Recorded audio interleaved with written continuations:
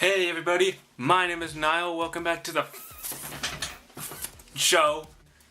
Can you tell I've been watching a lot of PewDiePie lately? If you haven't watched my previous videos, which probably haven't because they're absurdly low in views, please go watch them. They're a little bit lower than average. Today we're going to be doing a review of Destiny 2 Forsaken. Now those of you who have been watching my channel for the past year or so will know that I have been giving Destiny 2 a lot of heat, a lot of flack, a lot of something put into my hair mid-video.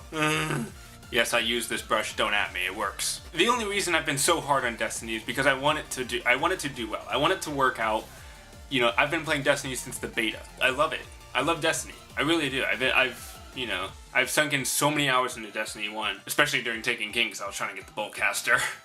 That took a while. And Destiny 2 just hasn't been a proper sequel. Like, Destiny 1 was great, and Destiny 2 is like a gutted version of it. So I've been especially hard on the game because I want them to make it better. Like, you know, like I said in past videos I've done about Destiny 2, you know, I want Bungie to make me eat my words. If you hear a noise, I have family over, and they have children, and they're very loud. So just don't mind that. So the short answer, I love it. If you were thinking about getting Forsaken, get it. Every time I make a video, somebody on Xbox messages me, shut up. If you love Destiny and you've been wanting Destiny 2 to be a proper sequel to the first game, get Forsaken. Now let me go into a little bit more detail. I'm going to start off with the intro mission, and I'm pretty sure you all know what this is. I don't think this is going to be a spoiler. By the way, yes, there are spoilers. The first mission in Forsaken has you going through the Prison of Elders with Cade 6 and Petra Venge to stop a prison breakout. At some point in the mission, Cade 6 gets separated from you and Petra. While he's down there, he's fighting the Scorn and the Barons. But eventually the Rifleman Baron, you know, he snipes the shit out of his ghost. As Cade's ghost is destroyed, he realizes that this is going to be his last life. He's not going to be resurrecting from this. And we get one line from Cade that I was very happy about, where he looks down at his gun, the Ace of Spades, and he says, "I'm coming home, Ace." Now what some of you might not know is that Ace is the name of Cade 6's son. Ace is the name of Cade's dead son. So when his ghost is destroyed and he realizes that this is his last life, he also realizes that he's probably gonna die here. He tells Ace, "I'm coming home. I'm gonna see you again," because he's going to die. Uldren Sov, Prince Emo himself, grabs the Ace of Spades and puts a bullet into Cade 6's head. And in the next scene, you are in essentially kind of like a mortician's room, sort of. Like you see Cade on the table with a guardian, like Vanguard cloth over him. I really love the back and forth between Zavala and Ikora, because Zavala wants to just stay in the city and protect it. He doesn't want to go get revenge because, you know, he doesn't want to leave the city. Whereas Ikora, she's like, we just lost a friend. We just lost someone very, very close to us, and you're saying that we need to just stay here and do nothing. And she's just pissed about this. And Zavala is going like, "I don't want to lose another friend, we're gonna stay here. I'm not burying any more Guardians." And then our Guardian finally talks after 4 fucking years! And he tells him that you're not gonna have to, I'll get Uldren Sov. So our Guardian is now on a mission to avenge Cade. So we then have to team up with Petra Venge, talk to the Spider, team up with him, have a sort of an alliance with the Spider and his faction of the Fallen to defeat the Scorn and the Barons. So we fight the Barons one by one, all good fights. Like, I was not bored with a single one of them. You then get to the Fanatic, and his fight is the best, but also most infuriating. And then you meet Uldren Sov, and we learn that Uldren Sov did not do this of his own accord.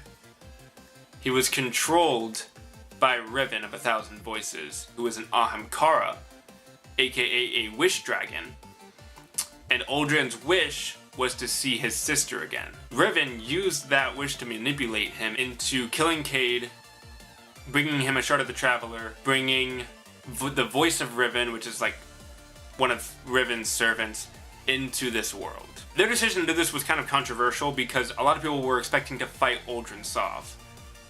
In my opinion, I think they did a good thing by not making it so that we fight Ultra and Sov, but instead we fight the voice of Riven. First of all, from a gameplay perspective, how underwhelming would it be to go from fighting a, like, 4 meter at least Baron who controls the power of lightning, by the way, to fighting this 6 foot awoken dude with a gun and emo hair.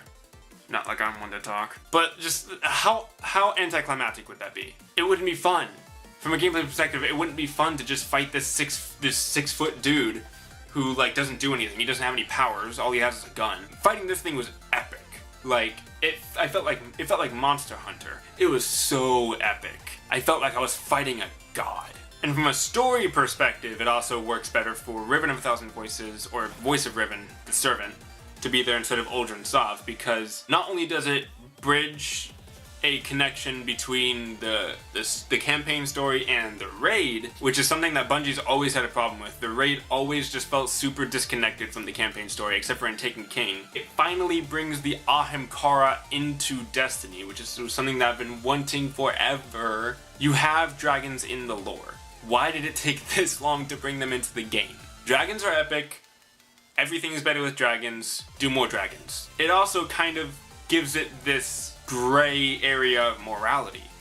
Because yes, he killed Cade. Yes, he broke the Barons out of the Prison of Elders.